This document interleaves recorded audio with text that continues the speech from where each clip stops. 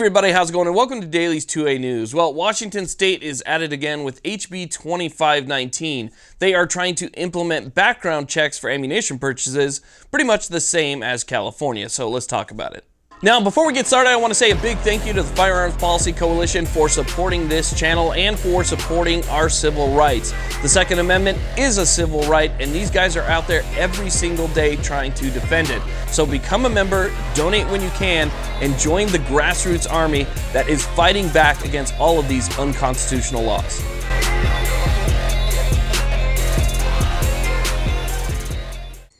Now, I'll put a link to HB2915 down below so you guys can go ahead and read this for yourself, but I can tell you from experience, this is an extremely bad bill. Ammunition is protected under the Constitution because you need ammunition to have a functioning firearm. So regulating ammunition is just as much of an infringement against the Second Amendment as if this was taking place on an actual firearm itself. So regulating ammunition like this is infringing on the Second Amendment. Now, they're trying to pass this under the guise of public safety, which is what they always do. But bills like this actually make the public less safe, and we'll talk about that in just a second. So let me talk about exactly what they're trying to do here. And again, they're basing this, it even says in the legislation that they're basing this off of other states that have passed similar legislation, and the only one that I know of that's passed anything recently was California. So obviously they're using California as a model to try and push this through as well. So let me tell you what it says in the bill that you have to do. Now, the first thing that this does is it's going to establish some type of permit process for anybody that wants to sell ammunition. So you'll have to be a licensed ammunition vendor or an FFL to sell ammunition in the state of Washington. That means that you will no longer be able to go online, buy ammunition, and have it sent to your house. You would have to go online, buy ammunition, and have it sent to either an FFL or a licensed vendor where you would go to conduct a background check. So you walk into your FFL or the vendor, you give them your ID, all of your information, you'd have to fill out this paperwork, and then they'll run a background check on you. It's more than likely guaranteed that it's going to cost a fee, and then once the background check comes back, they'll determine whether or not they can even give you the ammo at that point.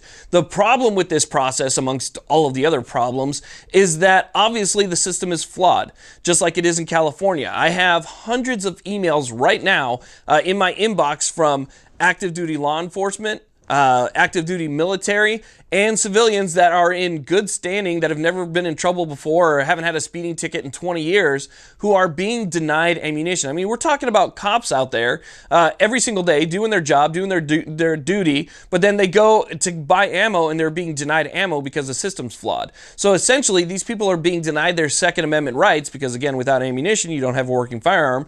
They're being denied their Second Amendment rights via an ammunition background check. And so if it's flawed in California and these people are being denied, it's going to be just as flawed in Washington because obviously there's not a process that's really set up for this. So it's going to be just as flawed in Washington and people are going to be denied. It is a guarantee. So now let's go ahead and talk about this whole public safety thing as it pertains to this bill. Now, when it comes to public safety, first things first. If you want me to be more safe, give me a way to defend myself. If you want the public to be safe, give the public a way to defend themselves against the bad guys. That's a very, very simple thing to understand. It does not take a PhD to get that you need to be on an equal playing field or even a higher playing field than the bad guy in order to be safe. That's just common sense, and I do not understand why that's not applied. Nonetheless, let's go ahead and talk about this. So, the point of this legislation, they say, is that people who cannot purchase a firearm in Washington can also not own ammunition. So if you can't own a firearm, you can't own ammunition. And so while there's a background check system in place right now to stop people who can't own firearms from purchasing them, there's nothing in place to stop them from buying ammunition. But let's go ahead and think about that for a second. Do bad guys go to FFLs to purchase things? No, they don't. They get things on the black market or they just steal it themselves. So if they want a firearm, they're just going to break into somebody's house, they're going to break into somebody's car, and they're going to take what they want. But now they can't get ammunition. That means that if they already own a firearm, a house that they may not have otherwise broken into is subject to them burglarizing it, because that means they're going to need ammunition. They can't go to a vendor, they can't go to a store, they can't whatever. they're going to break into your house to try and take your ammunition. So obviously everything goes to the black market. When you're talking about bad guys, they don't listen to your laws. They just go right around it in whatever way they want. So now what you've done is you've increased the number of burglaries that are going to be taking place, home invasions and robberies and so forth, because these guys want to get their ammunition and it's no longer accessible through these main avenues. So they're going to go straight to the black market like they always do. Bad guys don't follow laws. So they're going to get their firearms regardless of what you tell them to do. They're going to get their ammo regardless of what you tell them to do. They're going to have whatever capacity magazine that they want regardless of what you tell them to do. They don't care because they don't follow laws. So instead of making people safer, you're going to make people less safe. And you're essentially disarming anybody that would be disqualified during a background check, whether it was right or wrong. So you are taking their Second Amendment rights away, but you're also taking their ability to defend themselves away if that background check comes back and it's, you know, a false positive. Because I actually saw a stat in California that 99% of the denials for ammunition were false positives. 99% is what I had seen. So that's a huge number. That's saying that 99% of the people that applied that were denied ammunition were actually legally able to own it.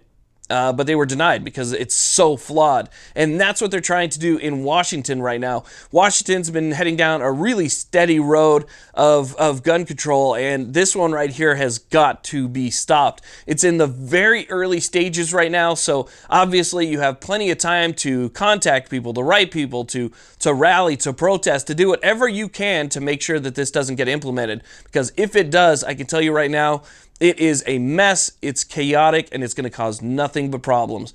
So anyway, I want to thank you guys very much for watching.